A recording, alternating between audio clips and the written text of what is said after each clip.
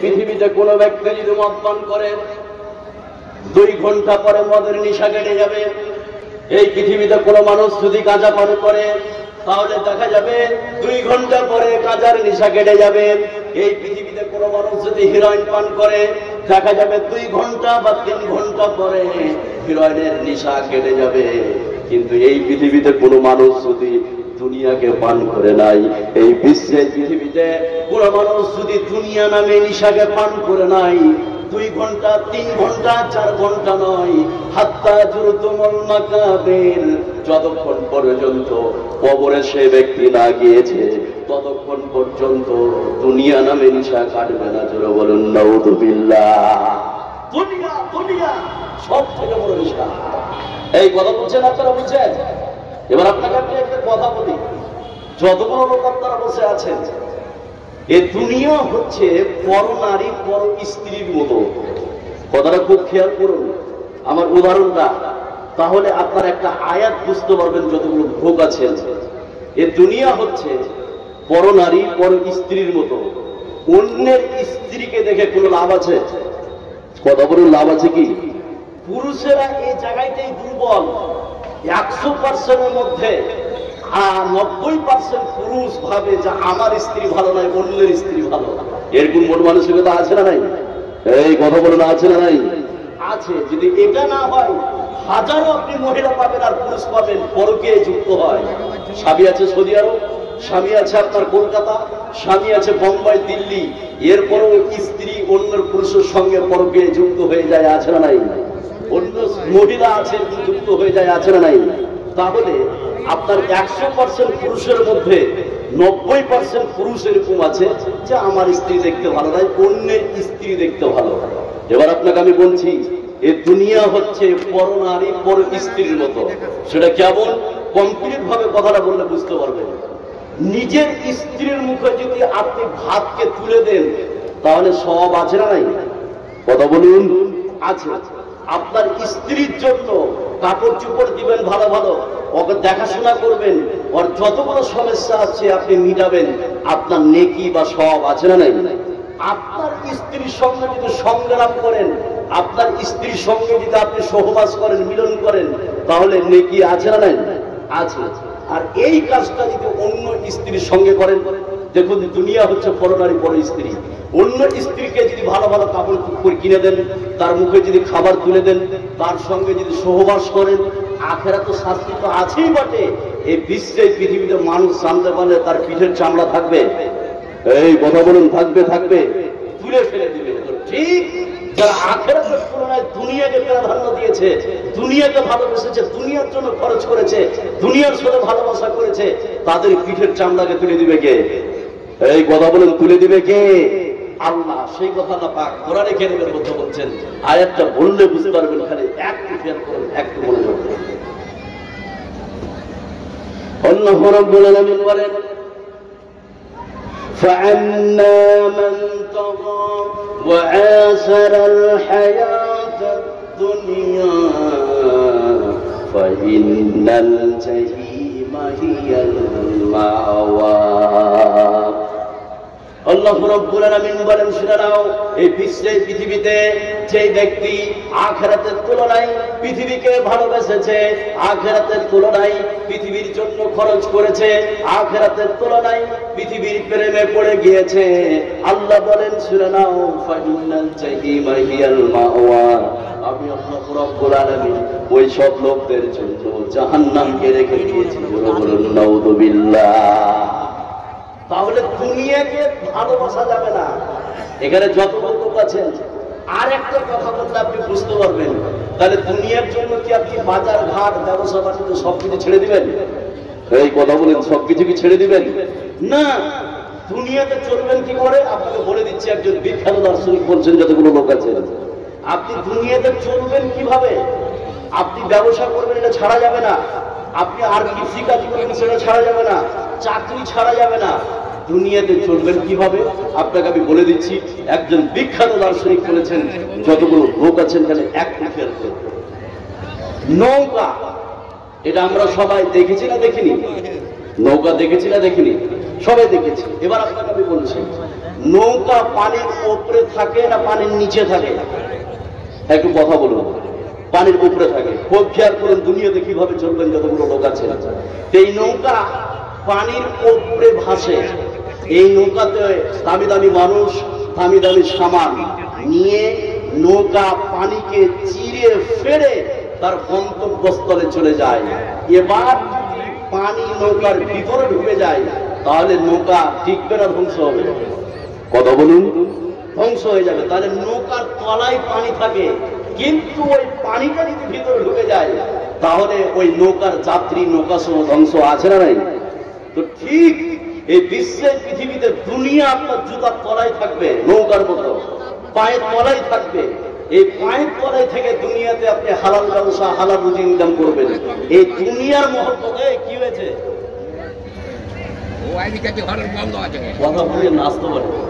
এবার এই দুনিয়া থাকবে আপনার পায়ের তলায়। দুনিয়ার মহব্বত যদি নৌকার পানির মতো নৌকার ভিতরে ঢুকে যায়, দুনিয়ার মহব্বত যদি আপনার ভিতরে ঢুকে যায় তাহলে আপনার আখিরাত ধ্বংস হয়ে যাবে। কথা বুঝলেন না? তাহলে দুনিয়াতে চলতে হবে নৌকার মতো। কিসের মতো? নৌকার মতো। এবার এখানে যতগুলো লোক আছেন, একটা ভয়ঙ্কর হাদিস আপনাকে আমি বলে দিচ্ছি, খালি একটু খেয়াল করুন, একটু মনোযোগ দেন। তার পূর্বে দু তিনটা কথা বলবো, তাহলে হাদিসটা আপনারা সহজে বুঝতে পারবেন। সেটা কি? দুই বন্ধু রাস্তা দিয়ে হেঁটে যাচ্ছে, যেতে যেতে এক বন্ধুকে বলছে, ওই যে একটা গরু মরে পড়ে আছে, ওই গরুর খালটাকে ছাড়িয়ে দিয়ে ওই মরা গরুর শরীর থেকে 2 কেজি মাংস বের করে লেদে রান্না করে খা, তোর শরীরে লাভ হবে। এবার এক বন্ধু বলছে, এটা দিয়ে কি কথা বললি? এটা তো খাওয়া যাবে না। এই খাবার তো মরা গরু, তো এটা মুসলমানদের জন্য নয়, এটা হচ্ছে কুকুর, শিয়াল, কিডনিদের খাবার, আছে না নাই? আচ্ছা, এবার আপনাকে আমি বলি, এই দুনিয়া হচ্ছে একটা মরা পশু, মরা জন্তুর মতো। এই দুনিয়াকে কোন মুমিন খেতে পারে না, দুনিয়াকে কোনো মুমিন খেতে পারে না। খেতে পারে কে? একটা মরা গরু পড়ে থাকলে শিয়াল কুকুরে খায়, কিডনিতে খায়। ঠিক এই দুনিয়া হচ্ছে একটা মরা প্রাণী, এটাকে খাবে ওই আপনার কুকুরের মতো লোক, ওই আপনার শ্রীকাল, ওই আপনার কিডনির মতো লোক, আছে না নাই? আছে। আরেকটা কথা করে হাদিসটা বলবো, আপনারা খুব সহজে বুঝতে পারবেন। যতগুলো লোক আছেন এখানে, যতগুলো লোক আছেন, আপনাকে বলছেন ভাই আপনি ক্যালকুলেটরটা বের করুন, দুনিয়া পৃথিবীর দাম কতটা, এই দুনিয়া পৃথিবীর দাম কতটা আপনি যদি হিসাব করেন, এই ক্যালকুলেটরে হিসাব হবে? কথা বলুন, হবে কি? হবে না। এবার আপনাকে আমি বলছি, আল্লাহর কাছে এই দুনিয়ার দাম কতটা, পৃথিবীর দাম কতটা, এবার হাদিসটা বললে বুঝতে পারবেন। আর এই দুনিয়া, এই পৃথিবী হচ্ছে কুকুরের টাইপের লোক, আপনার যারা কিডনি টাইপের লোক, মরা প্রাণীকে খাই, ওই সব লোক দুনিয়াকে খেয়ে থাকে, দুনিয়াকে ভালোবাসে। এবার হাদিসটা বলছি, যতগুলো লোক আছেন সেখানে একটু মনোযোগ দেন, তাহলে আপনারা বুঝতে পারবেন। আমার নবী, আপনার নবী, সারা বিশ্বের নবী জনাব মুহাম্মদুর রাসূলুল্লাহ সাল্লাল্লাহু আলাইহি সাল্লাম বাজারের মধ্যে প্রবেশ করলেন। বিশ্ব নবী বাজারের মধ্যে দেখলেন একটা মরা কানকাটা ছাগল পড়ে আছে। বিশ্ব নবী সাহাবা ইকরামদেরকে বললেন, ও সাহাবীর দল, তোমাদের মধ্যে এমন কেউ কি আছে যে মরা কানকাটা ছাগলটাকে 1 দিরহামে কিনে নিবে? উপস্থিত সাহাবা ইকরাম বললেন, এই মরা ছাগল দিয়ে আমরা কি করব? বিশ্ব নবীকে বললেন, ইয়া রাসূলুল্লাহ, এই মরা ছাগল দিয়ে আমরা কি করব? আপনি যদি ফ্রিতে দিয়ে দেন তবু এই মরা ছাগলটা আমরা নিব না। বিশ্ব নবী বললেন, শুনে নাও, এই মরা ছাগল তোমাদের কাছে যতটুকু দাম, এই পৃথিবীর দাম আল্লাহ রাব্বুল আলামিনের কাছে ততটুকু নয়। এই দুনিয়ার দাম আল্লাহ রাব্বুল আলামিনের কাছে ততটুকু নয়। জোরে বলুন সুবহানাল্লাহ। এই দুনিয়ার তো দামই নাই। এবার আপনাকে আরেকটা কথা বলছি, দুনিয়ার যদি দাম থাকতো, আর তো শুনছে, দুনিয়ার যদি দাম থাকতো তাহলে এই পৃথিবীতে কাফের বেঈমানকে আল্লাহ পাক 1 ঢোক পানি পান করতে দিতেন না। কথা বুঝলেন না? সেটা কেমন? এবার কমপ্লিট করে হাদিসটা বলি, তাহলে বুঝতে পারবেন এখানে যতগুলো লোক আছে। আমি যদি কোনো মানুষকে 1 বস্তা মশার দানা দিই বা মাছির পাখা দিই, তো কেউ 100 টাকা বা 10 টাকা বা 50 টাকাতে কিনবেন? ভাই কিনবেন কেউ কি? মশার ডানা, মাছির ডানা ছাড়িয়ে তার গা থেকে ছুটিয়ে 1 বস্তা বা 2 বস্তা আপনাকে দিলাম, কেউ নেবেন কি? নেবেন না, লাভ করে উঠলে তুমি নিজে কি করবো? দুনিয়ার দাম যদি একটা মশার ডানার সম পরিমাণ আল্লাহর কাছে থাকতো, তাহলে পৃথিবীতে কোন কাফের বেঈমানকে আল্লাহ পাক 1 ঢোক পানি পান করতে দিতেন না।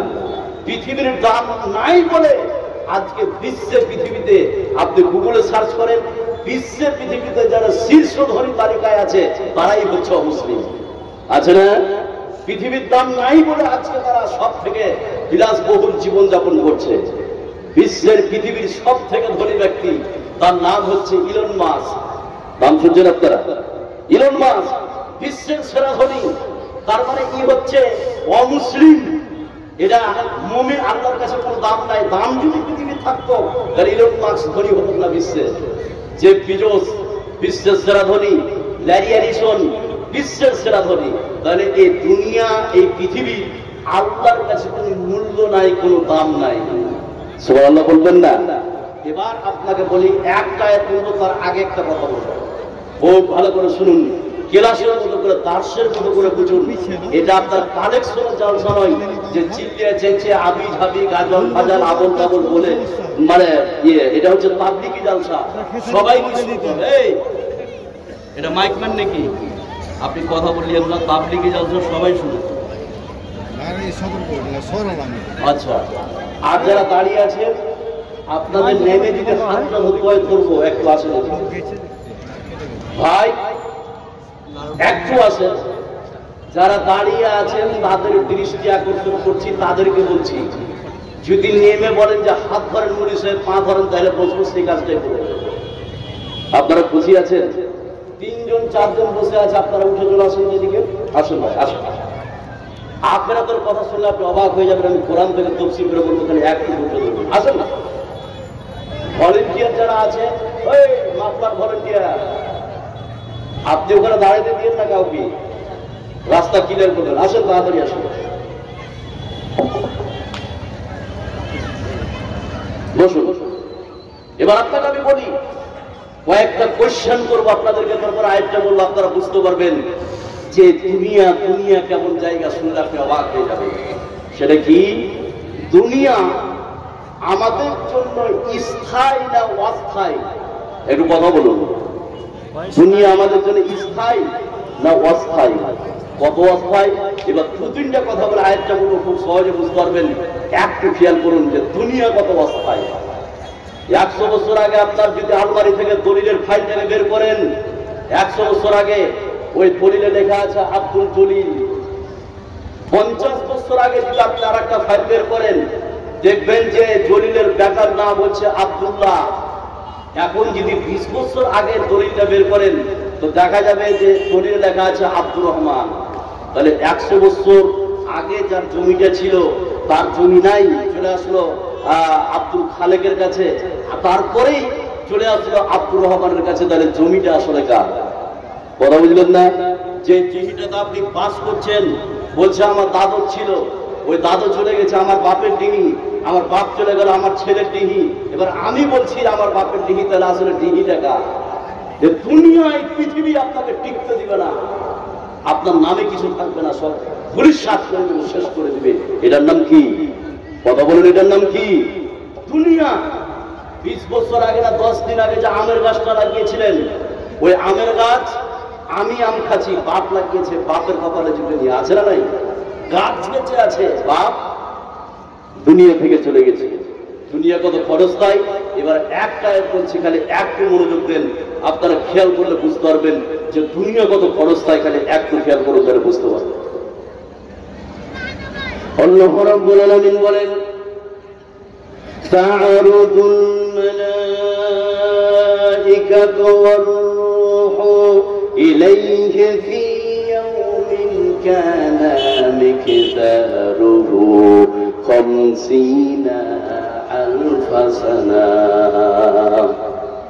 আল্লাহ রাব্বুল আলামিন বলেন শুনে নাও, এই পৃথিবীর 50,000 বছর সমান আখিরাতের একদিন, আখিরাতের একদিন সমান এই পৃথিবীর 50,000 বছর, এই পৃথিবীর 50,000 বছর সমান আখিরাতের একদিন, আখিরাতের একদিন সমান পৃথিবীর 50,000 বছর, এই পৃথিবীর 50,000 বছর সমান আখিরাতের একদিন, আখিরাতের একদিন সমান পৃথিবীর 50,000 বছর। জোরে বলুন সুবহানাল্লাহ। এবার আপনাকে আমি হিসাবটা দিচ্ছি, দুনিয়া কত ক্ষণস্থায়ী মানুষের জন্য আপনি শুধু অবাক হয়ে যাবেন। মোবাইলটা বের করুন, ক্যালকুলেটরটা বের করুন, এবার 50,000কে 24 দিয়ে আপনি ভাগ করুন, তাহলে ঘন্টা বেরিয়ে গেল। এবার যে ভাগফলটা বের হবে ওটাকে আবার 60 দিয়ে আপনি ভাগ করেন, তাহলে মিনিট বেরিয়ে যাবে। 50,000কে 24 দিয়ে ভাগ করেন, তাহলে ঘন্টা বের হবে। আবার ওই ভাগফলটাকে 60 দিয়ে ভাগ করেন, তাহলে মিনিট বেরিয়ে যাবে। তার মানে আখিরাতের 1 মিনিট সমান এই পৃথিবীর 34 বছর থেকে একটু বেশি। কথা বুঝলেন না? আখিরাতের 1 মিনিট সমান পৃথিবীর কত বছর? 34 বছর। কত বছর? 34 বছর বা তার থেকে একটু বেশি। এবার আখিরাতের তুলনায় এই পৃথিবীতে 34 আর 34 কে যদি আপনি যোগ করেন 68 বা 77, আমি ধরলাম কোন মানুষ যদি এই বিশ্বে পৃথিবীতে 70 বছর আছে, আখিরাতের দিনের তুলনায় এই বিশ্বে পৃথিবীতে মানুষটি মাত্র 2 মিনিট বাঁচল। কতদিন বাঁচল? 2 মিনিট বাঁচল। এই 2 মিনিটের জন্য কত সুদ, কত ঘুষ, জেনা, ব্যভিচার, হত্যা প্রত্যেকটা কাজে লিপ্ত আছে মানুষ, আছে না? আছে। এবার একটা দুনিয়াদারের গল্প শোনাবো, তারপর আরেকটা বলবো। খুব লক্ষ্য করুন, যারা দুনিয়াকে এখন নগদ ভাবে ভোগ করছে, দুনিয়াকে, এবার আপনি আপনার জীবনের সঙ্গে মিলিয়ে দেখুন, আপনি দুনিয়াকে নগদ ভাবে ভোগ করছেন কিনা আপনি বুঝতে পারবেন। আয়াতটা বলার পূর্বে যতগুলো লোক আপনারা বসে আছেন একটা মনোযোগ দেন, তাহলে বুঝতে পারবেন যেই কথাটা আমি বলতে যাচ্ছি। 5 বেটাকে নিয়ে বলছে বাপ, দুনিয়াদারের গল্প, যারা নগদ ভাবে দুনিয়াকে এখন ভোগ করছে তাদের একটা গল্প শুনে একটা বলছি, তাহলে বুঝতে পারবেন। খালি একটা মনোযোগ দেন। 5 বেটাকে নিয়ে বাপ বসছে, বসে কি বলে? বলে এই যে 5 বিঘা জমি দেখছি, কত কষ্ট করে খেয়ে না খেয়ে আমি জমিটুকু করেছি, তুই যে আজকে মদ খাচ্ছিস, তাস খেলছিস, জুয়া খেলছিস, আমি যে জমিটুকু করেছি কত খেয়ে না খেয়ে। এবার ছেলেরা বলছে কিভাবে, একটু বলো তো আব্বা। এবার বাপ বলছে ছেলেদেরকে দুনিয়াদারের গল্প নগদ ভাবে যারা দুনিয়াকে গল্প করছে। কি গল্প করছে? বলে শোন, মসজিদের পাশে আমার বাড়ি ছিল, যখন ফজর আজান হতো তাড়াতাড়ি করে উঠে আমি চলে যেতাম ভাটা, ইট কাটতাম। প্রথমে ইট, নামাজ পড়তে যেতাম না, যাদের 10 খানিক বেশি কাটতে পারি, চলে যেতাম। জোহরের আজান দিয়েছে তাও আসেনি, মাগরিবের সময় এসে খেয়ে দিয়ে শুয়েছি। প্রতিদিন এইভাবে 5 দিন চললো, 2 বছর 1.5 বছর চললো। তারপরে আমি এই চাঁচকিতে একটা হোটেল খুললাম। এই হোটেলে রমজান মাসের হোটেলকে আমি বন্ধ করিনি, এত কষ্ট করে কাজ করেছি, আমি রোজা রাখতে পারিনি, আমি হোটেল চালিয়েছি। উনি এই গল্পটা করছেন, রোজা করেনি, নামাজ পড়েনি, খালি টাকা ইনকাম করে করে করে করে করে করে জমি জায়গা করেছে। এটা কার গল্প? কথা বলুন, কার গল্প? দুনিয়াদারের গল্প, দুনিয়াদারের গল্প। সেই কথা আল্লাহ পাক এবার কোরআনে কারীমের মধ্যে বলছেন, এরাই দুনিয়াকে ভোগ করছে। এবার আরো সহজ করে বলছি, দুনিয়াকে কারা ভোগ করছে নগদ ভাবে? বিশ্বে পৃথিবীতে যারা সুদ খায়, এই সুদের টাকা দিয়ে যে বর্তমানে রেখেছে, এরা দুনিয়াকে নগদ ভাবে ভোগ করছে। নাউজুবিল্লাহ বলবেন না? এই বিশ্বে পৃথিবীতে যারা ঘুষ খায় তারা দুনিয়াকে নগদ ভাবে ভোগ করছে। এই বিশ্বে এই পৃথিবীতে যারা বিভিন্ন হারাম কাজে যুক্ত হয়ে হারাম ভাবে টাকা ইনকাম করছে, এরা দুনিয়াকে নগদ ভাবে ভোগ করছে। দুনিয়া তো নগদ ভাবে চলাফেরা করছে, দুনিয়াদার। এদের অবস্থা কি সেই কথা আল্লাহ পাক কোরআনে কারীমের মধ্যে বলছেন। আয়াতটা পড়লে বুঝতে পারবেন। তাহলে একটু খেয়াল করুন, একটু মনোযোগ দেন, কথা বলতে মানুষ। এবার আপনাকে আমি বলছি, যারা এই বিশ্বে পৃথিবীতে এখন সুদ খাচ্ছে, দুনিয়াকে নগদ ভাবে ভোগ করছে, তার ফলাফল কি সে কথা আল্লাহ পাক কোরআনে কারীমের কথা বলছেন। আয়াতটা বললে বুঝতে পারবেন। খালি একটু মনোযোগ দেন, একটু খেয়াল করুন। আল্লাহ রাব্বুল আলামিন বলেন, মান কানা ইউরিদুল আজিলাতা আযাল্না লাহু ফিহা মা আশাউ লিমান নুরিদু সুম্মা জাআলনা লাহু জাহান্নাম ইয়াসলাহা মাজমুমান মাদহুরা। আল্লাহ রাব্বুল আলামিন বলেন, শুনে নাও, এই বিশ্বের পৃথিবীতে যারা দুনিয়াকে নগদ ভাবে ভোগ করতে চায়, এই বিশ্বের পৃথিবীতে যারা দুনিয়াকে নগদ ভাবে পেতে চায়, আল্লাহ রাব্বুল আলামিন বলেন যাকে ইচ্ছা আমি তাকে দিয়ে দিই। আর যখন দুনিয়া ভোগ করা হয়ে যায়, আমি আল্লাহ রাব্বুল আলামিন ওই সব দুনিয়াদারের জন্য জাহান্নামকে রেডি করে রেখে দিয়েছি। জোরে বলুন নাউযুবিল্লাহ। দুনিয়া যারা ভোগ করতে চায় নগদ ভাবে, যাদেরকে ইচ্ছা আমি তাদেরকে দিয়ে দিই। দুনিয়া যখন ভোগ করা হয়ে যায়, তাদের জন্য জাহান্নামকে রেখে দিয়েছে কে? আল্লাহ। এবার একটা মজার কোশ্চেন করবে, এগুলো কোশ্চেন করে থাকে যতগুলো লোক আছেন, সেটা কি? এই দুনিয়া, এই পৃথিবীর ব্যাপারে একটা প্রশ্ন, তারপরে একটা হাদিস আপনাকে আমি শোনাবো, খালি এক প্রিপেয়ার করুন, তাহলে বুঝতে পারবে। অনেকে বলে মোল্লা সাহেব 5 ওয়াক্ত নামাজ পড়ি, তাহাজ্জুদও আমার ছুটে না, রমজান মাসে তো রোজাও ছুটে না, তাহাজ্জুদও পড়ি, 5 ওয়াক্ত নামাজ পড়ি, এরপরও দেখা যাচ্ছে যে অভাব মিটছে না। আছে না? এই কথাগুলো না আছে না? নাই। 5 ওয়াক্ত নামাজ পড়ে, তাহাজ্জুদ পড়ে, হালাল ভাবে ইনকাম করে, তো বলছে মোল্লা সাহেব এইভাবে ইনকাম করেও সংসার চলে না। তা আমি তো নামাজ পড়ছি, দোয়া করছি যে আল্লাহ তুমি আমার রুজি বাড়িয়ে দাও, আমার টাকা পয়সা দাও, এত ইনকাম করি হালাল ভাবে এবং নামাজ রোজা করি, তারপরে অভাব মিটে না। এরকম লোক আছে না? নাই। এই কথা বলে না আছে না? নাই। এবার খুব ভালো করে শুনুন, এখানে যতগুলো লোক আপনার বসে আছেন, এই কথাটা ভালো করে বুঝুন। অনেকেই একটা হীনমন্যতায় ভুগে যে এত কিছু ইবাদত করলাম, হালাল ভাবে ইনকাম করছি, তবুও সংসার চলে না। আপনি হতাশ হবেন না। সেটা কিভাবে? এই দুনিয়া, এই পৃথিবী হচ্ছে মুমিনদের জন্য জেলখানা।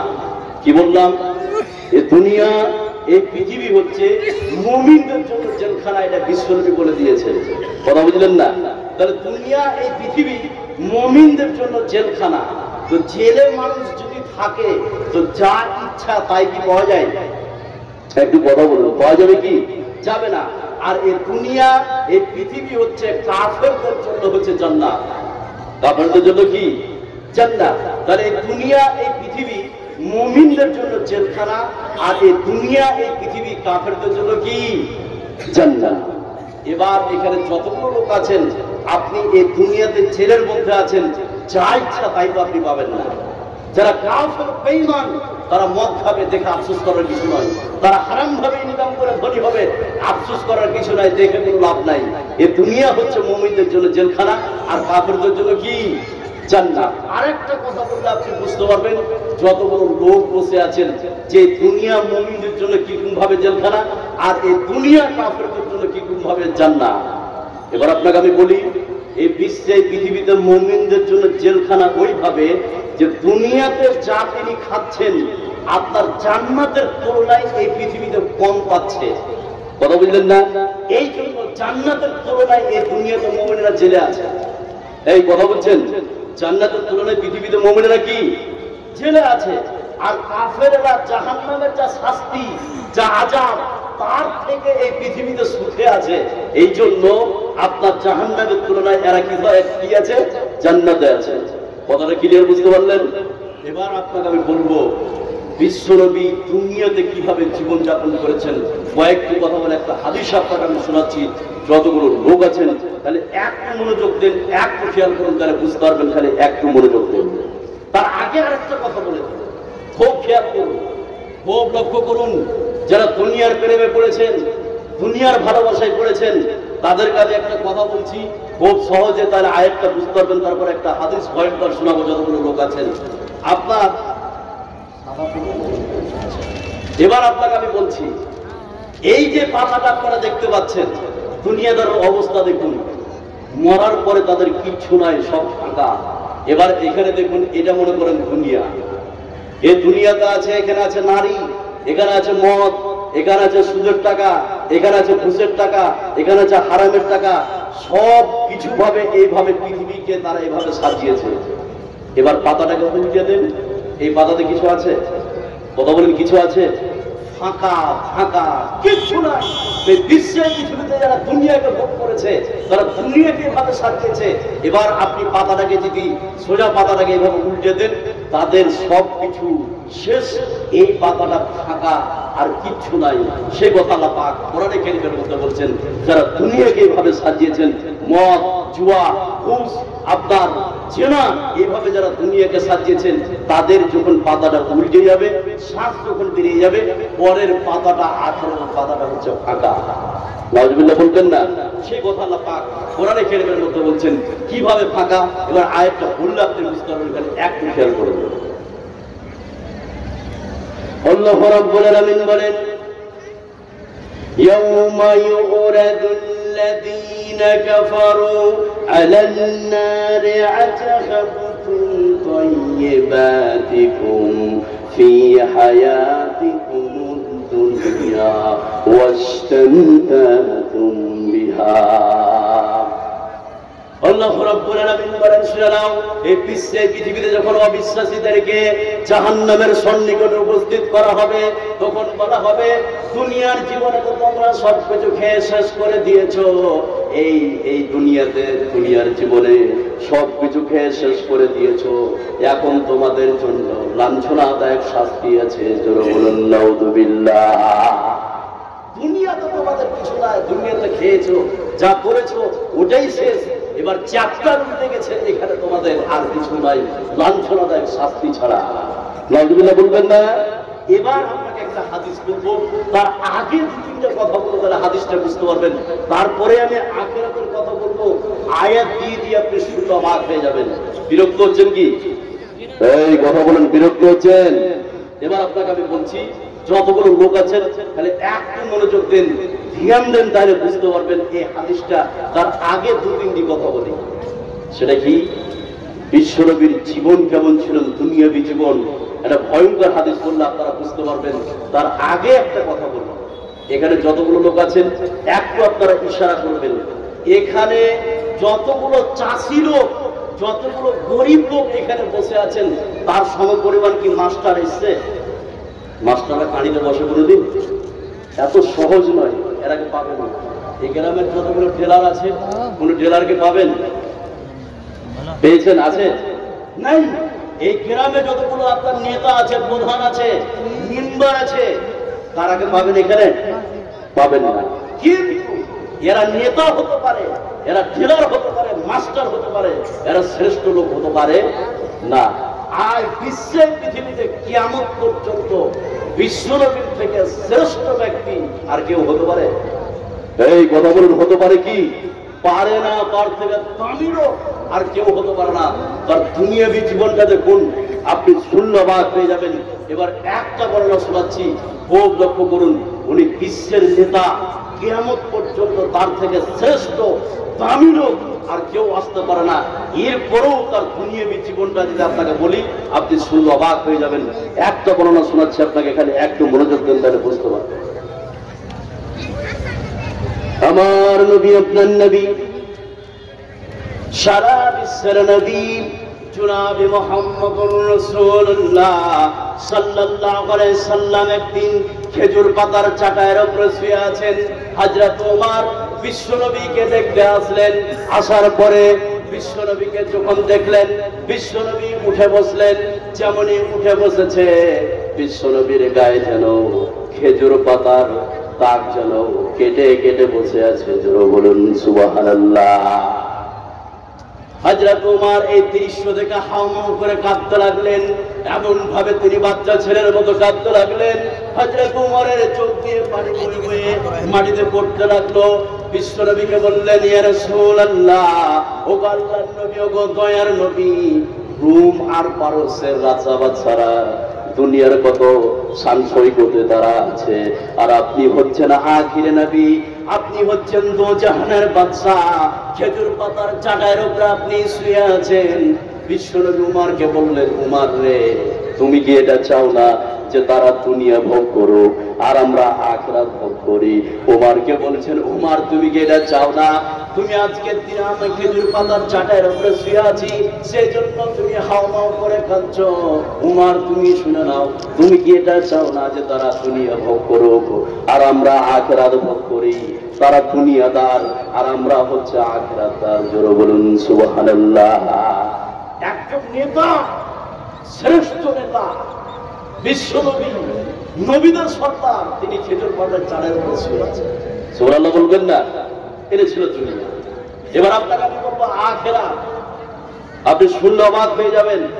কিছু তথ্য দিয়ে যাবো এখানে। এখানে যত বড় লোক আপনারা বসে আছেন, তাহলে একটু মনোযোগ দিলে আপনারা বুঝতে পারবেন। এবার আপনাকে আমি শোনাবো আখিরাত। এতক্ষণ যে আপনাদেরকে শোনালাম যে দুনিয়াটা কেমন জায়গা, দুনিয়া কাকে বলা হয়, এগুলো সবকিছু আপনাদের বলা হলো কি হলো না? কথা বলুন। বলা হলো। এবার হচ্ছে আখিরাত। দুনিয়ার অপোজিট হচ্ছে কি? কথা বলুন। দুনিয়ার অপোজিট কি? আখিরাত। এবার আরো সহজ করে বুঝতে পারবেন। তারপর আমি একটা একটা করে আয়াত করে বলবো, খালি একটু ধ্যান দিলে আপনারা বুঝতে পারবেন। সেটা কি? মুরগি, এর বিপরীত কি? মুরগি ছিলেন আপনারা? এর বিপরীত মুরগ। এবার যদি আপনাদেরকে বলি, আপনার গাভী, যেটা আমরা গাই বলি খ্যাট বাংলাতে, গাভী, এর বিপরীত কি? ষাঁড়। আপনার যদি বলি রৌদ্রের বিপরীত কি? ছায়া। রাতের বিপরীত কি? দিন। দিনের বিপরীত রাত। এবার যদি বলি মহিলা বা পুরুষদের বিপরীত কি? কথা বলুন। মহিলা। তাহলে এইভাবে যেগুলো আমরা অপোজিট ভাবে বলছি, ঠিক এ দুনিয়ার বিপরীত হচ্ছে কি? আখিরাত। দুনিয়ার বিপরীত কি? আখিরাত। এবার আখিরাত দুনিয়াদারদের জন্য কত কঠিন আর মুমিনদের জন্য কত সহজ। এবার একটা একটা করে আমি বলবো, তাহলে একটু মনোযোগ দেন, ধ্যান দেন, তাহলে আপনারা বুঝতে পারবেন। যতগুলো লোক আছেন এবার একটু মনোযোগ দেন। এবার আমি বলতে যাচ্ছি আখিরাত।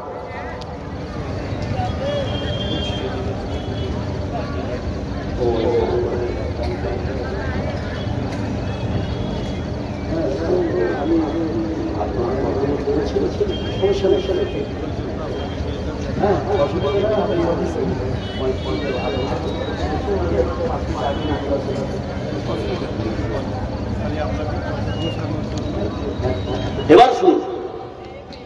এবার এখানে যতগুলো লোক আপনারা বসে আছেন, এবার আপনাকে আমি বলবো দুনিয়ার অপোজিট হচ্ছে আখিরাত। দুনিয়ার অপোজিট কি? আখিরাত। সেটা কিরকম ভাবে? এবার আপনাকে আমি বলছি। আখিরাত দুনিয়াদারদের জন্য কত কঠিন আর মুমিনদের জন্য কত সহজ। তার আগে একটা হাদিস বলবো। আখিরাতের যতগুলো স্তর আছে, যতগুলো শ্রেণী আছে, যতগুলো স্তর আছে, সব থেকে তিনটে স্তর বা তিনটে জায়গা হচ্ছে ভয়ঙ্কর। কয়টা জায়গা বললাম? তিনটে জায়গা। যতগুলো স্তর আছে, যতগুলো আপনার স্টেপ আছে, তিনটে স্তর হচ্ছে ভয়ঙ্কর। সেটা কিভাবে? একটা হাদিসের মাধ্যমে বুঝতে পারবেন। তারপরে ওই ভয়ঙ্কর স্তরগুলো আলোচনা করব। যতগুলো লোক আছেন যে স্তরগুলো কত ভয়ঙ্কর, তার আগে একটা হাদিস বললে আপনারা বুঝতে পারবেন যে আখিরাতের যতগুলো স্তর আছে, তিনটে স্তর হচ্ছে ভয়ঙ্কর। সেটা কিভাবে? হযরত আয়েশা রাদিয়াল্লাহু তাআলা আনহা, খুব খেয়াল করুন হাদিসটা। হযরত আয়েশা রাদিয়াল্লাহু তাআলা আনহা তিনি একদিন বাড়িতে বসে কান্না করছিলেন। খুব খেয়াল করুন, কান্না করছিলেন। হঠাৎ করে বিশ্বনবী আসলেন। বিশ্বনবী আয়েশাকে বললেন, আয়েশা তুমি কাঁদছো কেন? কি কারণে তুমি কাঁদছো? কেউ কি তোমাকে দুঃখ দিয়েছে? কেউ কি মেরেছে? কেউ কি উঁচু নিচু কথা শুনিয়েছে? হযরত আয়েশা বিশ্বনবীকে বললেন, ইয়া রাসূলুল্লাহ, কেউ আমাকে মারেনি, কেউ উঁচু নিচু কথা শিখাইনি, বলেনি। আমি কাঁদছি এই জন্য যে পৃথিবীতে আপনার আমি স্ত্রী, কিয়ামতের ময়দানে আপনি কি আমাকে বলে বা আপনার পরিবারকে বলে স্মরণে থাকবে? হযরত আয়েশা বিশ্বনবীকে বলছেন। কথা বুঝলেন না? হযরত আয়েশা বিশ্বনবীকে বলছেন যে পৃথিবীতে আপনি আমার স্ত্রী, আমার জাহান্নামের কথা মনে পড়েছে, জন্য আমার কান্না চলে এসছে। তো ওই কিয়ামতের ময়দানে আখিরাতে কি আপনি আপনার পরিবারকে বলে স্মরণে রাখতে পারবেন? এবার বিশ্বনবী উত্তর দিচ্ছেন, যতগুলো লোক আপনারা বসে আছেন, এবার হাদিসটা কমপ্লিট বলছি, তাহলে একটু মনোযোগ দেন, একটু ধ্যান দেন, তাহলে বুঝতে পারবেন, খুব খেয়াল করবেন। আমার নবী আপনার নবী, সারা বিশ্বের নবী জনাবে মুহাম্মদুর রাসূলুল্লাহ সাল্লাল্লাহু আলাইহি সাল্লাম হযরত আয়েশাকে বললেন, আয়েশা শুনে নাও, ওই কিয়ামতের ময়দানে তিনটি এমন জায়গা আছে যে তিনটি জায়গায় কেউ কাউকে মনে রাখতে পারবে না, আমি বিশ্বনবী হয়েও মনে রাখতে পারবো না। তিনটি স্তরের কথা বিশ্বনবী বললেন। এক নম্বরে বিশ্বনবী বললেন হিসাবের স্থানে, যখন মানুষের হিসাব শুরু হয়ে যাবে ওই জায়গায় কেউ কাউকে মনে রাখতে পারবে না। দুই জায়গায় বিশ্বনবী বললেন, যখন মানুষের নেকি আর গুনাহকে ওজন করা হবে ওই জায়গায় কেউ কাউকে মনে রাখতে পারবে না রে আয়েশা। তিন নম্বরে বিশ্বনবী বললেন, যখন জাহান্নামের উপরে পুলসিরাতকে ফিট করা হবে ওই সময় কেউ কাউকে মনে রাখতে পারবে না। জোরে বলুন সুবহানাল্লাহ। এই ভয়ঙ্কর তিনটে স্তর, এবার আপনাকে আমি বলছি কত ভয়ঙ্কর, এবার একটা একটা করে বলছি, এক নম্বরে যখন বুঝতে পারবেন। এক নম্বরে বিশ্বনবী বললেন হিসাবের স্থানে কেউ কাউকে মনে রাখতে পারবে না। দুই নম্বরে বিশ্বনবী বললেন আপনার যখন নেকি আর বদি মানুষের ওজন করা হবে ওই স্থানে কেউ কাউকে মনে রাখতে পারবে না। তিন নম্বরে বিশ্বনবী বললেন যখন জাহান্নামের উপরে পুলসিরাতকে ফিট করা হবে ওই স্থানে কেউ কাউকে মনে রাখতে পারবে না। তাহলে স্থানগুলো কত কঠিন, এবার একটা করে বলি। নাম্বার এক, হিসাবের স্থান কত কঠিন। এবার আপনাকে কয়েকটা কথা বলবো, তারপরে পরপর আয়াতগুলি আপনাকে দু চারটি শোনাবো, খুব সহজে বুঝতে পারবেন। হিসাবের স্থান, ওই হিসাবের স্থানে মুমিনদের জন্য আপনার হিসাব হবে আড়ালে। মুমিনদের হিসাব হবে কোথায়? আড়ালে, নির্জনে। আর কাফের বেঈমানদের হিসাব হবে জনসম্মুখে। কথা বুঝতে পারলেন না? হিসাবের স্থানে মুমিনদের হিসাব হবে কি? আড়ালে। আর কাফের বেঈমানদের হিসাব হবে জনসম্মুখে, প্রকাশ্যে। মুমিনদের হিসাব হবে তাড়াতাড়ি, আর কাফেরদের হিসাব হবে কি? দেরি করে, লেট লাগবে, সময় লাগবে। মুমিনদের হিসাব কত তাড়াতাড়ি হবে দেখুন, খুব বললে বুঝতে পারবেন। আপনার এক ওয়াক্ত নামাজ পড়তে যতটা সময় লাগে, কিয়ামতের ময়দানে হিসাবের স্থানে একজন মুমিনদের হিসাব ওই এক ওয়াক্ত নামাজের সময় লাগবে। কথা বুঝলেন না? এবার এখানে যতগুলো লোক আছেন এক ওয়াক্ত নামাজ যদি পড়েন 7 মিনিট বা 10 মিনিট আছে না, তাহলে এক ওয়াক্ত নামাজ 7 মিনিট বা 10 মিনিট লাগবে। তো কিয়ামতের ময়দানে মুমিনদের হিসাব মনে করেন 7 মিনিট বা 10 মিনিটের মধ্যে শেষ হয়ে যাবে। কথা বুঝলেন না? এবার এখানে যতগুলো লোক আছেন ওই কিয়ামতের ময়দানে হিসাবের স্থানে আপনার ইবাদতের দিক দিয়ে প্রথম যার হিসাব নেওয়া হবে সেটা হচ্ছে নামাজের সলাতে। কথা বুঝলেন না? নামাজের সলাতে মুমিনদেরকে যখন জিজ্ঞেস করা হবে মুমিনরা উত্তর দিয়ে দিবে। এবার কাফেরদেরকে যখন জিজ্ঞেস করা হবে, বেনামাজিদেরকে, এই পৃথিবীতে নামাজ পড়েছিলি? তখন হিসাবের স্থানে আল্লাহ পাককে মিথ্যা কথা বলবে। আল্লাহ 5 ওয়াক্ত নামাজ পড়েছি, তাহাজ্জুদও ছাড়েনি। কথা বুঝলেন না? এবার আপনার হিসাব শুরু হয়ে যাবে। তাহাজ্জুদ পড়েছিলি? তার আগে একটা কথা বলে দিতে আয়াতটা আরো সহজে বুঝতে পারবেন। আল্লাহ কাউকে অপরাধী প্রমাণ না করে জাহান্নামে, আল্লাহ কাউকে অপরাধী প্রমাণ না করে জাহান্নামে দিবে না। কিন্তু পৃথিবীর নিয়ম দেখুন, পৃথিবীর নিয়ম দেখুন, কোন প্রমাণ নাই তবুও থানাতে নিয়ে যা মানুষকে পিটায়, আছে না? এই গ্রামে একটা মার্ডার হয়েছে, এই মোল্লা সাহেব ছিল শ্বশুর বাড়িতে, আদৌ জানে না রাত্রে আপনার মাইপিট হলো, আর উনি 2 দিন আগে থেকে শ্বশুর বাড়িতে আছে। এবার থানাতে আর নামে 1 নম্বর কেস, কিন্তু আদৌ জানে না মাইপিটে ছিল বা কিলে ঝগড়া হয়েছে, আদৌ জানে না। শ্বশুর বাড়ি থেকে তুলে নিয়ে যা তাকে পিটাচ্ছে, যে বল কেন ঝগড়া হলো, কেন মাথা ফাটাচ্ছে, আদৌ জানে না। কথা বলে না আছে না নাই? এটা হচ্ছে অন্যায়, এটা হচ্ছে জুলুম। যতগুলো থানাতে এইভাবে আইসি বা ওসি তুলে নিয়েছে প্রমাণ ছাড়া পিটায়, এটা অন্যায় না আছে না নাই? আছে। এবার আল্লাহ আপনাকে অপরাধী প্রমাণ করবে, তারপরে আপনার শাস্তি শুরু হয়ে যাবে। কথা বুঝলেন না? কত সূক্ষ্মভাবে তিনি হিসাব দিচ্ছেন। এবার মুমিনরা তো সালাতের হিসাব দিয়ে দিবে। এবার কাফের বেঈমান বেনামাজিদেরকে যখন জিজ্ঞেস করা হবে যে নামাজ পড়েছিলি, বলে হ্যাঁ তাহাজ্জুদও ছাড়েনি। কথা বুঝলেন না? এবার আল্লাহ পাক দেখুন হিসাবটা কত বড় ভাবে নেবে। এক কি আয়াত বললে আপনারা বুঝতে পারবেন কাফের বেঈমানরা বেনামাজিরা ধরা পড়ে যাবে আল্লাহর কাছে। সেটা কিভাবে? এবার আয়াতটা বলছি, একটু খেয়াল করুন। আল্লাহ রাব্বুল আলামিন বলেন, ইয়াউমা ইউকশাফু আন শাকিন ওয়া ইদআউনা ইলাস সুজুদি ফালা ইয়াস্তাতিউন। আল্লাহ রাব্বুল আলামিন যখন কাফের বেঈমান বেনামাজিদেরকে বলবে পৃথিবীতে নামাজ পড়েছিলি, বলে হ্যাঁ পড়েছিলাম। পৃথিবীতে তাহাজ্জুদও ছাড়েনি। তখন আল্লাহ রাব্বুল আলামিন বলবেন আজকের জন্য তুমি একটা সিজদা দিয়ে দেখিয়ে দাও। আজকের জন্য তুমি যদি সিজদা দিতে পারো তাহলে বুঝতে পারবো তুমি নামাজ পড়েছিলে। এই বেনামাজিরা যখন সিজদা দিতে যাবে আল্লাহর কি কারিশমা, তাদের শরীরটা তাদের মাজাটা পিলারের মতো শক্ত হয়ে যাবে। জোরে বলুন নাউযুবিল্লাহ। দিতে পারবে না, পিলারের মতো বড়ের মতো শক্ত হয়ে যাবে। নাউযুবিল্লাহ বলবেন না? এবার মানুষের হকের দিক দিয়ে যখন হিসাব শুরু হবে, মানুষের হকের দিক দিয়ে কাকে খুন করেছিলি, বলে না। কারো ঘুষ খেয়েছিলি, না। কারো সুদ খেয়ে হক মেরেছিলি, না। কাউকে চর মেরেছিলি, বলে না। এবার দেখুন 2 নম্বর প্রমাণ। 2 নম্বর কি প্রমাণ? 1 নম্বরের প্রমাণে ধরা পড়ে গেল হিসাবের জায়গায় এই বেনামাজি ছিল।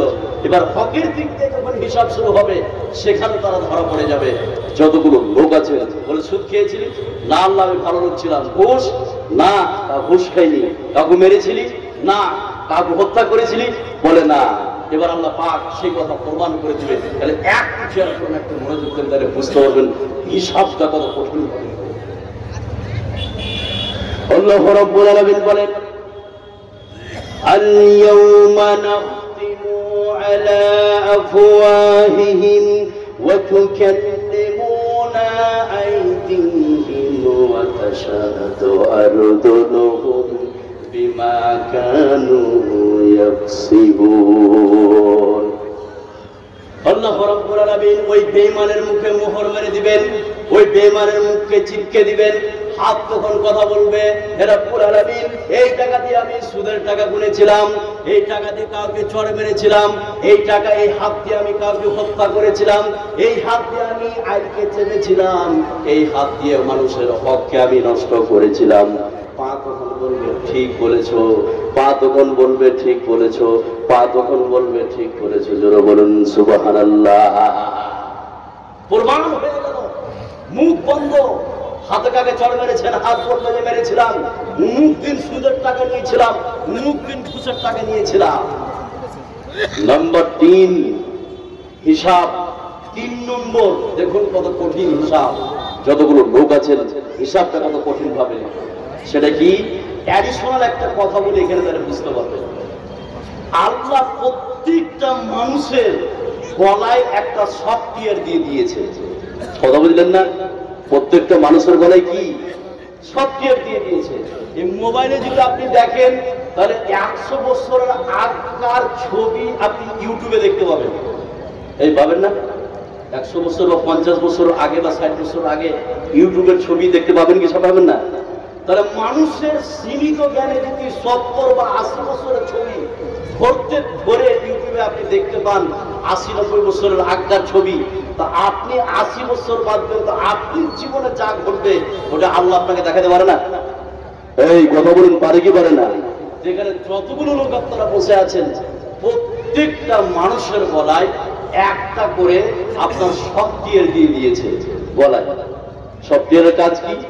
আপনি ভালো কাজ করবেন, খারাপ কাজ করবেন, প্রত্যেকটা জিনিস রেকর্ড হয়ে যাবে, প্রত্যেকটা জিনিস লিপিবদ্ধ হবে। সুবহানাল্লাহ বলবেন না?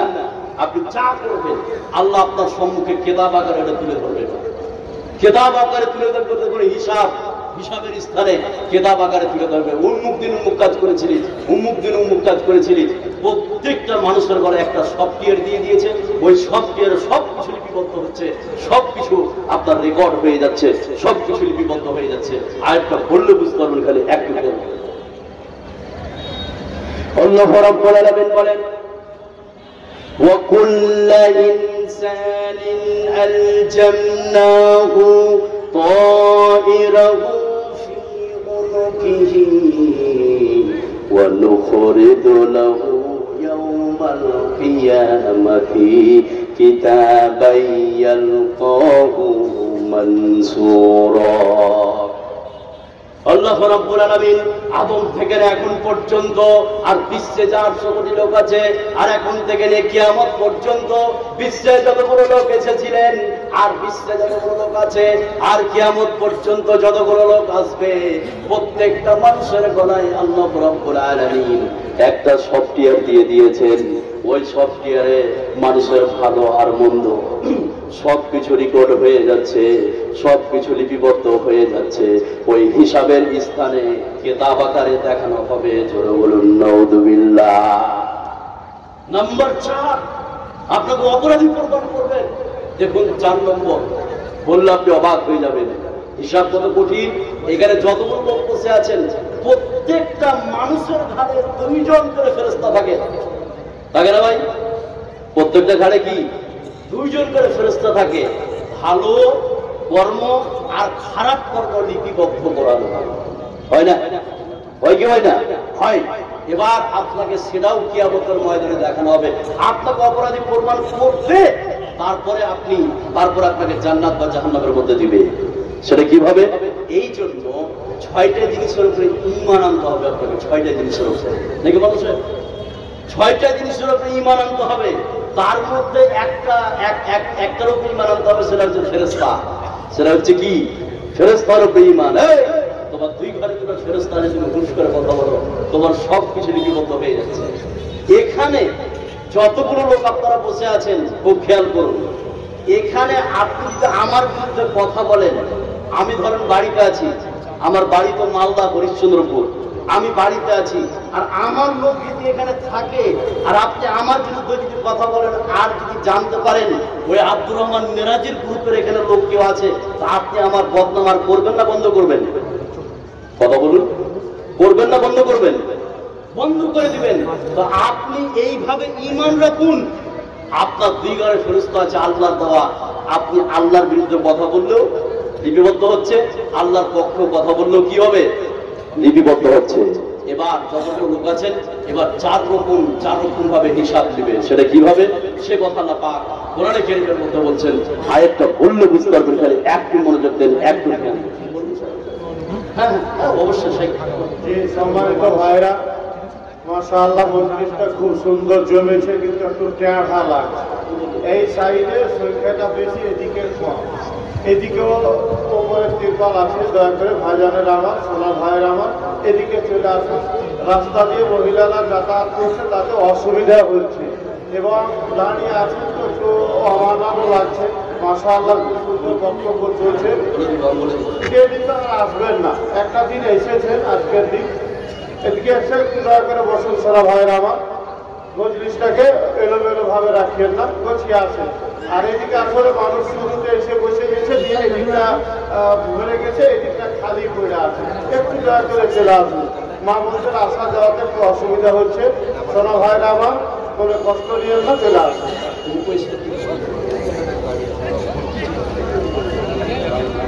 এদিকে সামনে কোনার দিকে 2-4 জন ভাইরা দাঁড়িয়ে আছেন, ভলেন্টিয়ার আছেন না কে জানি না। যদি ভলেন্টিয়ার থেকে থাকে তাহলে কাজ করেন, আর না হলে একটু দয়া করে বসে যান। দিদি ভাইরা আমার, বসে যান। বসুন বসুন বাপ। আরো 2-3 জন বক্তা আছে, 3 জন বক্তা আছে, 3খানা। হাবিবুল্লাহ সাহেব আছেন, আর কলকাতা বারাসাত থেকে 2 জন এসছে। কথা বলছেন না? হ্যাঁ। তো আপনার এলাকায় আমি কয়েকটা জায়গায় আসলাম। আমার জলসা আছে 24 তারিখ রহমতপুর বাগান। বিষয়ভিত্তিক আলোচনা হবে ওখানে কোরআন এবং সহিহ হাদিসের আলোকে। আপনারা অবশ্যই আসবেন 24 তারিখ, এই 24শে ফেব্রুয়ারি রহমতপুর বাগান। তো যা হোক, এবার আপনাকে বলছি চার রকম ভাবে আপনারা কোরবান করবে। এখানে যতগুলো লোক আছে 4 রকম বলি, অনেক রকম কায়দা আছে, আল্লাহ অনেক রকম ভাবে হিসাব দিবে। এবার এখানে যতগুলো লোক আপনারা বসে আছেন একটু খেয়াল করলে বুঝতে পারবেন যে ফেরেশতার উপর ঈমান আনতে হবে। তার কারণ 2 ঘরে 2টা ফেরেশতা আছে, সব কিছু লিপিবদ্ধ করছে, ভালো আর খারাপ, ভালো আর খারাপ। এবার ওটাও কিয়ামতের ময়দানে হিসাবের স্তরে উপস্থিত করা হবে। সেই কথা আল্লাহ পাক কোরআনে কারীমের মধ্যে বলছেন। আয়াতটা বললে আপনারা বুঝতে পারবেন। এখানে একটু মনোযোগ দিন।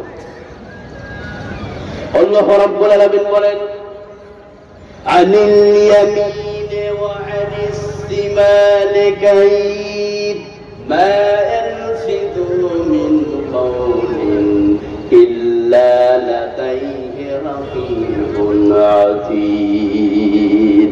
এই যে 2 জন ফেরেশতা 2 ঘরে আছে, নেকি ভালো নেকি আর বদিকে লিপিবদ্ধ করা হচ্ছে। এই সব নেকি আর বদিকে হিসাবের স্থানে উপস্থিত করা হবে। সুবহানাল্লাহ বলবেন না? তাহলে একটা স্থান চলে গেল।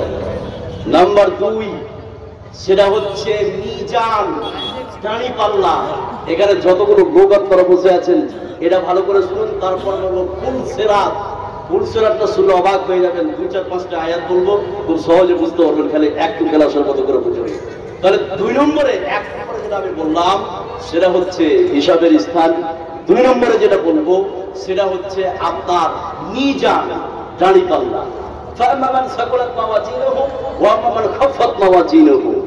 ওখানে দাঁড়ি পাল্লায় মানুষের নেকি আর বদি ওজন করা হবে। এখানে একটা প্রশ্ন, যতগুলো লোক আছেন খালি একটু খেয়াল করুন, তাহলে বুঝতে পারবেন। যার নেকি বেশি সেটা একটা গ্রুপ, যার গুনাহ বেশি সেটা একটা গ্রুপ। তাহলে কিয়ামতের ময়দানে হিসাবের স্থানে গ্রুপ হবে কয়টা? কথা বলেন কয়টা? 2টা নাকি? যার নেকি বেশি হবে সেটা একটা গ্রুপ, তারা তো জান্নাতে যাবে। আর যাদের গুনাহ বেশি হবে সেটা একটা গ্রুপ, তারা চলে যাবে জাহান্নামে। কিন্তু আরেকটা গ্রুপ হবে সূরা আরাফের মধ্যে বলে দেওয়া হয়েছে। সেটা কি? ধরুন বুঝার জন্য বলছি। মনে করেন পৃথিবীতে আপনি 100টা নেকি করেছেন, এবার 100টা গুনাহ করেছেন। এবার দাঁড়ি পাল্লায় একদিকে 100টা নেকি আর একদিকে 100টা গুনাহ চাপানো হলো। এরপরে দাঁড়ি পাল্লাটা এভাবে উঠানো হলো। তো ওই 2 পাল্লাটা সমান সমান হবে না কম বেশি হবে? কথা বলুন। সমান সমান হবে। নেকি বেশি সেটা একটা গ্রুপ, ও চলে যাবে জান্নাতে। গুনাহ বেশি সেটা একটা গ্রুপ, সে চলে যাবে জাহান্নামে। ধরেন এবার পৃথিবীতে ধরেন 100টা নেকি আর 100টা গুনাহ করেছে।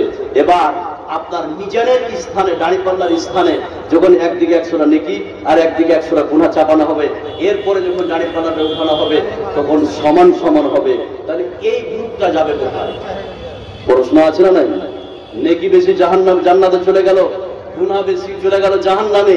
এবার যাদের নেকি আর গুনাহ সমান তারা যাবে কোথায়? তাদের ব্যাপারে সূরা আরাফের মধ্যে বলে দিয়েছে, সেটা সময় সাপেক্ষে বলবে যে সেই গ্রুপটা কোথায় যাবে। তারপর চলুন 2 নম্বর যেটা স্থান, প্রথম স্থান সেটা হচ্ছে আপনার মিজানের স্থান। ওখানে মানুষের নেকি আর বদিকে ওজন করা হবে। এবার আপনাকে আমি বলছি, বিশ্বের পৃথিবীতে এমন কিছু ভালো আমল আছে, এই আমলগুলো যদি আপনি করে থাকেন তাহলে কিয়ামতের ময়দানে মিজানের স্থানে নেকির পাল্লা এটা ভারী হয়ে যাবে। সুবহানাল্লাহ বলবেন না? তার মধ্যে কালমায়ে তাওহীদ। 1 নম্বরে কি বললাম? কালমায়ে তাওহীদ, লা ইলাহা ইল্লাল্লাহ। আকাশ আর জমিনকে যদি 1 পাল্লায় চাপানো হয় আর এই কালেমাকে যদি 1 পাল্লায় চাপানো হয়, সেটাই কি হয়ে যাবে? কথা বলুন, ভারী হয়ে যাবে। তাহলে মিজানের স্থানে তারাজু ভারী করার 1 নম্বর হচ্ছে কালমায়ে তাওহীদ। নাম্বার 2 উত্তম চরিত্র। কি বললাম? উত্তম চরিত্র। এবার আপনার উত্তম চরিত্র থাকে বা সমাজে যদি আপনি ভালোভাবে চলেন, এই উত্তম চরিত্রটা মিজানের পাল্লায় নেকির পাল্লার দিকে ভারী হয়ে যাবে। সুবহানাল্লাহ বলবেন না?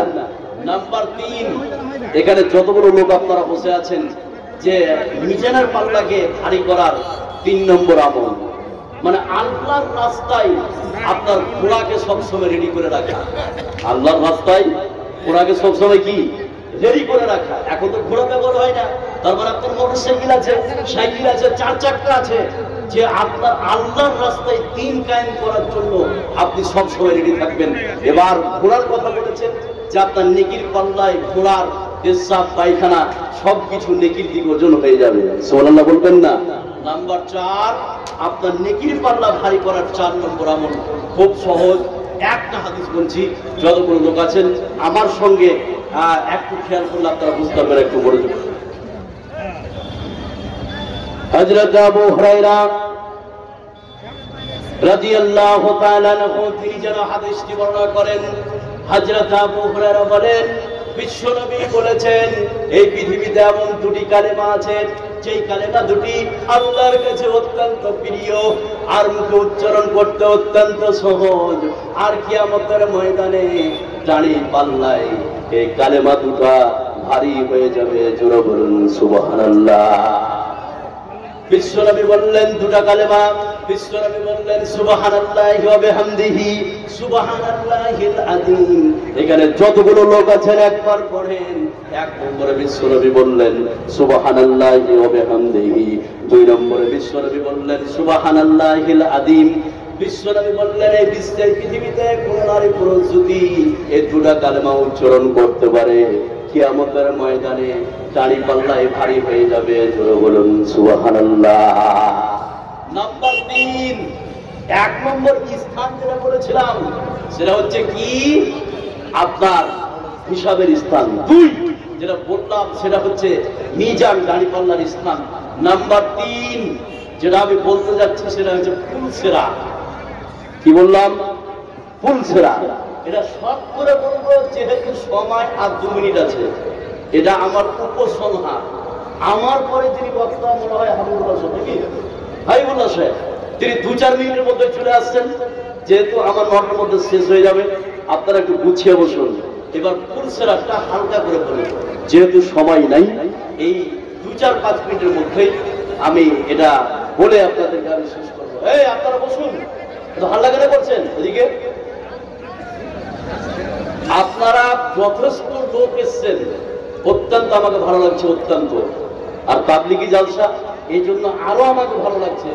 আপনারা যারা দাঁড়িয়ে আছেন আমার বাম সাইডে পুরো জায়গাটা খালি পড়ে আছে, আর ওখানে ঘোরাঘুরি রাস্তার ধারে বসে গেছে, হেঁটে যাবে তো রাত লাগবে, মানুষের মাথার উপরে চড়ে নেবে, 2-4 দিন বসে আছে।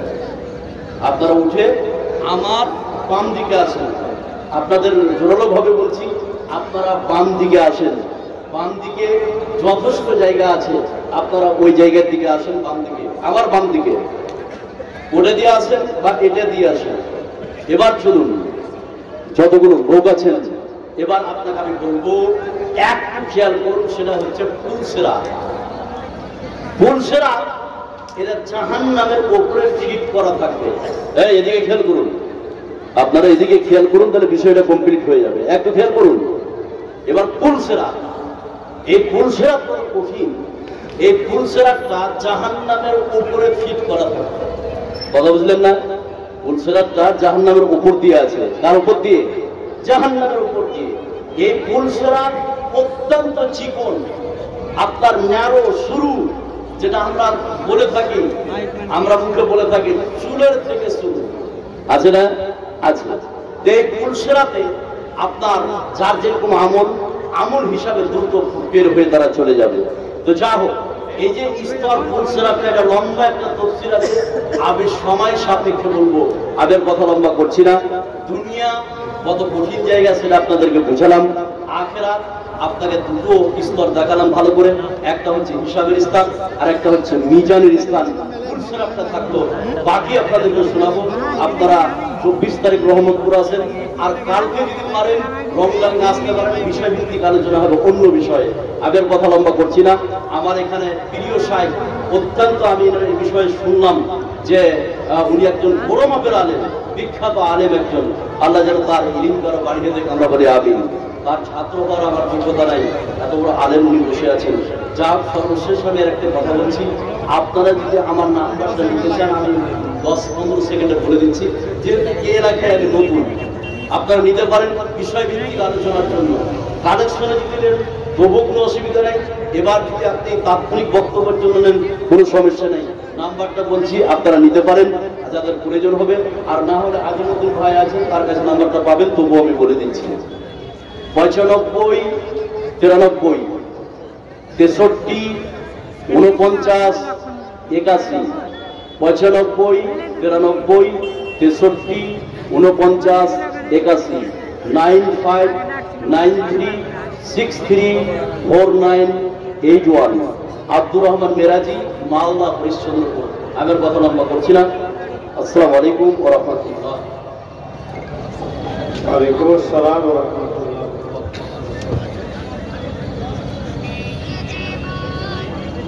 জি, সম্মানিত সুধী মণ্ডলী, একটা কথা বলেন তো, মাওলানা সাহেবের যে বক্তব্যটা শুনলেন কেমন লাগলো আপনারা? ভালো লাগলো না ভালো লাগলো না? কোরআন হাদিসের কথা এমনই একটা জিনিস যাতে মানুষের বিরক্তি আসে না।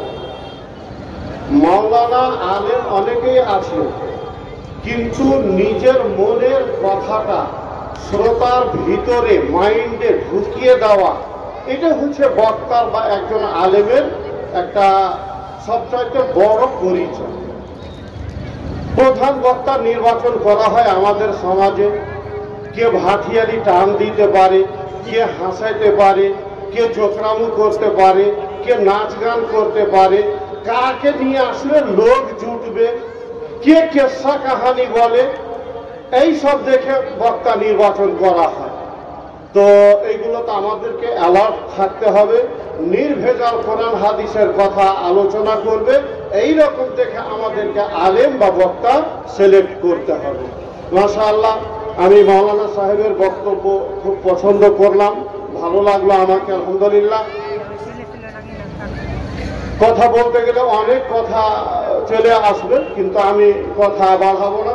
তবে শেষের দিকে পয়েন্টে যে কথাটা মাওলানা সাহেব বললেন, আখেরাতে পরকালে অপরাধীদের অপরাধকে আল্লাহ প্রমাণিত করবেন, তারপরেই শাস্তি দিবেন।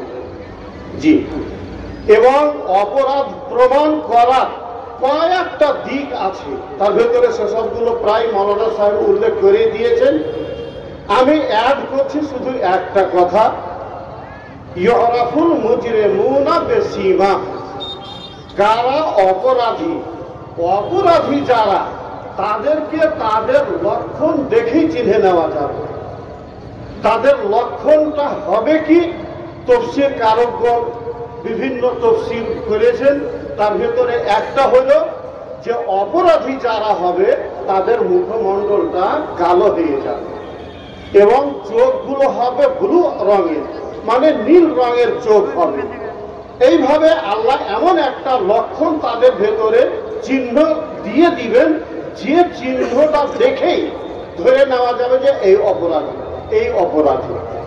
জি, তারপরে সবচাইতে আল্লাহর স্পষ্ট কথা, আল্লাহ আপনাকে আপনার হাতে ডায়েরি ধরিয়ে দিবে। আল্লাহ বলবেন, ইকরা কিতাবাকা কাফা বিনাফসিকা আল-ইয়াওমা আলাইকা হাসিবা। আব্দুর রহমান, লাও, তোমার খাতা তুমি লাও, আর তুমি নিজে পড়ো, আর তোমার বিচার তুমি নিজে করো। তোমার বিচার করার জন্য তুমি যথেষ্ট। আল্লাহ যদি কোনো প্রমাণ না দেন, তাহলে গেলেও আপনার ডায়েরিটাই যথেষ্ট। তারপরেও আল্লাহ বিভিন্ন দিক থেকে আপনার অপরাধ সাব্যস্ত করবেন, তারপরে আপনাকে শাস্তি দিবেন। তো আল্লাহ বলবেন, না, তোমার আমলনামা, তোমার ডায়েরি তুমি ধরো, তুমি পড়ো, দিয়ে তোমার বিচার তুমি করো। তুমি দোষী না দোষী নও, তুমি অপরাধী না অপরাধী নও, তোমার বিচার তুমি করো। জি, তারপরে আল্লাহ তাআলা অন্য জায়গায় বলেছেন, বালিল ইনসানু আলা নাফসিহি বাসীরা। মানুষ নিজে তার নিজের প্রমাণ নিজে, মানুষ তার নিজের প্রমাণ নিজেই। আপনি আপনার প্রমাণ যে আপনি অপরাধী নন, আপনি অপরাধী কি অপরাধী নয়, আপনার প্রমাণ আপনি। দ্বিতীয় তাফসীর অনুযায়ী মানুষ তার নিজের চাক্ষুষ প্রমাণ। বাসীরা, এখানে তাফসীর আছে, কথা বাড়াতে যাব না। তো শর্টকাট কথা হলো, আপনি কার জমিতে একুট খেসারি ছিঁড়েছেন, কাকে চিমঠি কেটেছেন, বাঁশে কাকে হুড়া মেরেছেন, ওই খারাপ সাথী বন্ধুদের সাথে পড়ে তারই খেতেন না আপনি, কিন্তু এক ঢোক খেয়েছেন, এক ঢোক খেয়ে এলে যে এক ঢোক আমিও খেয়ে দিই, ওটাও লেখা আছে। আল্লাহ কবে দেখো তুমি খেয়েছো কিনা। তো মানুষ তার নিজের প্রমাণ নিজে। অতএব আপনি কোনো অন্যায় করে অপরাধ করে বাঁচিয়ে যেতে পারবেন, স্বপ্নেও এ কথা ভাববেন না। যদি আল্লাহর ভয় থাকে আপনার অন্তরে, আপনাকে কথা 2 নম্বরই কথা বলছি না, ভরসা দিয়ে কথা বলছি, তিল পরিমাণে কোনো অন্যায় অপরাধ করে খারাপ কাজ করে আপনি আল্লাহর কাছে বাঁচিয়ে যাবেন, এটা কল্পনাতেও নিয়ে আসবেন না। সুইয়ের ফুটাতে যদি হাতি পার হয়ে যাওয়ার পসিবিলিটি থাকে, সম্ভাবনা থাকে, তো আপনার ব্রেনে সম্ভাবনাটা নিয়ে আসবেন, কে জানি হইতেও পারে, কিন্তু আল্লাহর কাছে আপনি বাঁচিয়ে যেতে পারবেন এই সম্ভাবনাটা মনের ভিতরে নিয়ে আসবেন না। সম্মানিত উপস্থিতি, আমি যে বিভিন্ন গ্রাম থেকে এসে আছেন, আপনারা আগামী থেকে বক্তা নির্বাচন করবেন, কোরআন হাদিসের বক্তা, এবং যিনারা জালসা কমিটি, জালসায় যিনারা যুক্ত থাকেন এখানে সেখানে বিভিন্ন জায়গায় এইসব দিকগুলো লক্ষ্য রাখবেন। গীত গাহা বক্তা সিলেক্ট করবেন না, ভাটিয়ালি টান দেখে সিলেক্ট করবেন না, সবগুলো খেয়াল রাখবেন, না হলে এইগুলো আল্লাহর কাছে জবাবদিহিতা করতে হবে। তো যাই হোক, আমি আর আপনাদের সময় নিয়ে দেরি করব না। এবারে নেক্সট বক্তা বা পরবর্তী বক্তা আপনাদের সামনে নিয়ে আসার জন্য অনুরোধ জানাবো।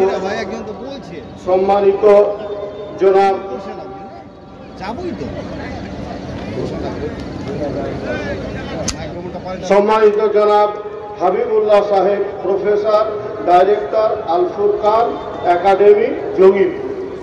ইনি 10:30 পর্যন্ত আপনাদের